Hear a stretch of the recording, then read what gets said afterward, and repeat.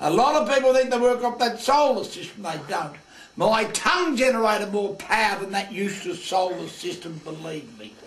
Most useless thing God ever put breath into. Oh my God. Now come over here and have a look here. Now that's where we are right there, see, right there.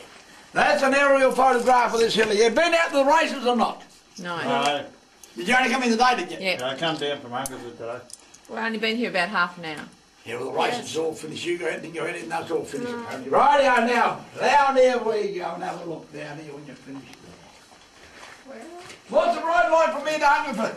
Yeah, not bad. Bit dusty, but as usual. Yeah, a little bit rough in places. Horses must be parallel parked. A lot of people comment on that one. No, she's going all right.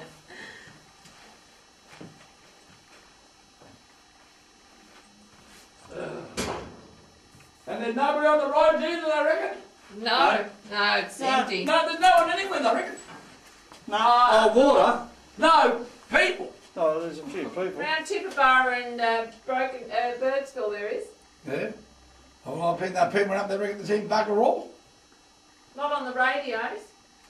No, on the roads. Yeah, hold her there, lady, hold her there. Now these are my two favourite ones. Sheffield England bread cutter. Now, how's that for cutting the bread, eh?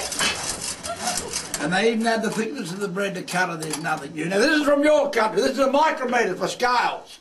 Weighing spuds and onions. See, down she goes, bring her back up she goes and down she goes.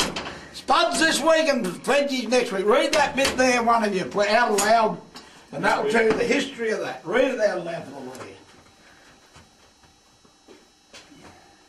The Dodge Scale Company in New York. The micrometer patented 1888. 98? 98. 1898. The Dodge Scale Company, 11th Ave and 20th, New York. See, you don't know what we got there, do you? Now, from these steps here, this is what the old timers dug. I dug that section, they dug this. No, you notice this is a school holiday, there's no one around. Not to go on with it. Anyway, down here we go.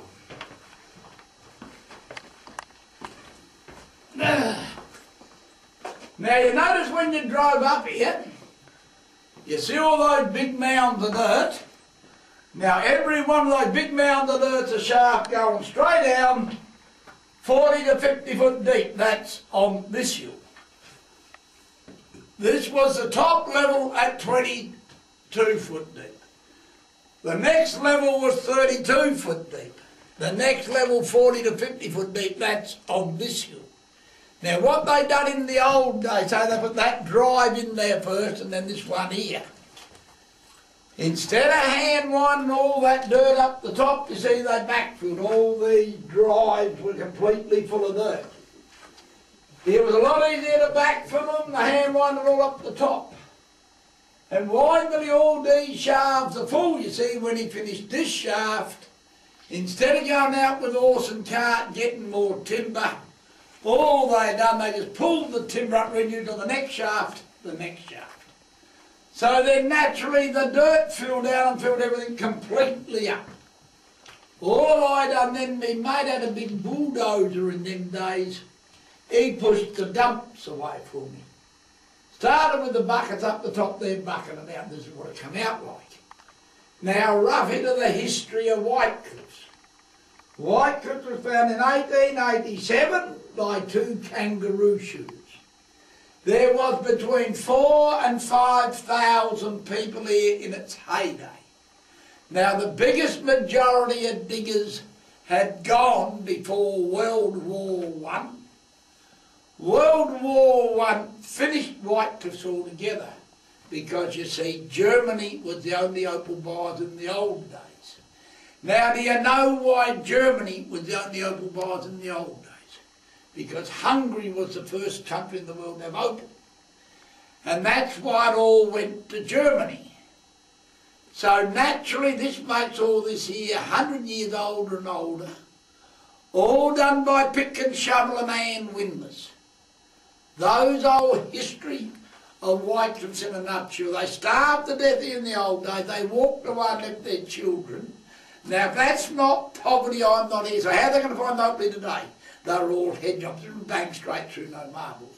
Even the dogs go mad here. I sent the wife completely mad. I was born mad. The whole family's mad, so we're not going too bad for starters. And down around here we go.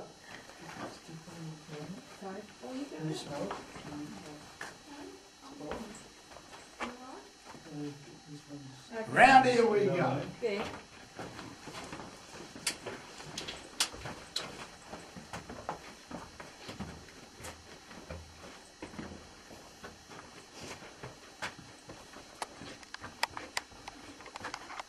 Now Pete's gone out, he's got a lung disease and he's Rightio. a bit claustrophobic, so he's No worries. headed out.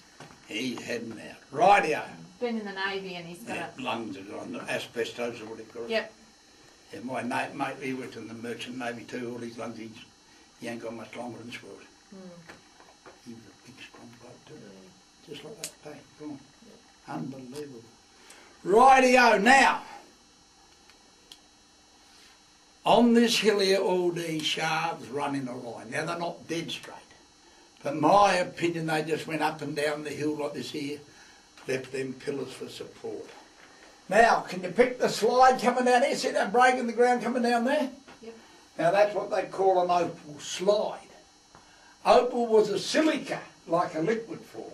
And then under great pressure, you see, it turned into opal. So the opal runs down the slide, sometimes it stops in the slide, then it levels out in those little breaks. Now, have any of you been to Cooper, Petey, Andermook and Lightning Ridge, other opal fields? Yep.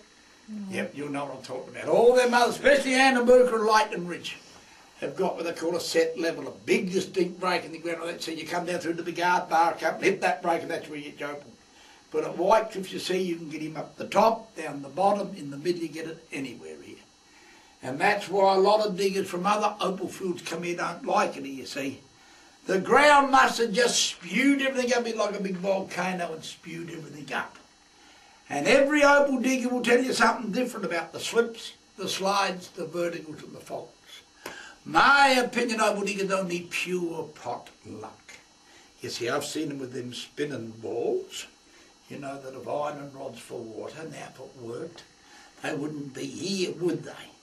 They'd be away spending all the money. Simple as that. You know what happens with these opal diggers, don't you? 99% are all like me. Fantasy in the head. Get rich quick. Like your little heart drops out. There's no more opal diggers. They're all gone. Finish, goodbye, no more opal diggers. Then you get your hobby diggers, your rockhound diggers. And then you get your fanatics. Just like an alcoholic, compulsive gambler. It wouldn't matter if he got $1 million worth of opal or 10 million, he still digs opal. Then you know what he goes and does then, don't you? He goes and buys big bulldozers, big drills, mechanical diggers, machinery, that's right, yes. And they pour it all back on, broke no money, but still dig up his fanatic. You know what I think of opal digging? You know them birds flying around you, the birds. I think it's with the birds up there flying around, and you know the best opal mine is down the pub. He got the poker machines making more money. Like my mate said, the rich get richer, the poor get poorer. They said, well, don't play the poker machines. He said, when you're victim like me, you've got to play the poker machine, dead right. Now, if you want to go opal digging, I'm going to give you 3 pointers. You want to have a lot of money, find a lot of opal quick, or have a rich back and keep all that money. This is like that motor car you're at the front there. Don't matter if it's brand new or old, you know, they all break down. And when them big bulldozers break down, you believe me, you want a lot of money to fix big bulldozers. Now, we're going to have a look at the opal in the wall next. There's no value, too thin and no colour. And the chance of that making opal is 1,000,000 to 1 chance. That's what's stopping there. Now, if I thought that was going to make opal, I'd be digging about trying to sell it to you. I haven't gone that mad or queer yet. But that's only a matter of opinion, you know. Even the kids downtown are going, how you going, mad, Jock? I said, not bad, not bad. So at least I know what their mother and father are talking about me. And I couldn't care less either, because you know why? They hadn't had a look in the mirror for a long time either. They're all, you don't think normal people live here, do you? I bet you couldn't live here. I'll bet on it. I couldn't. No, I know. There's not many people can. That's why they all leave.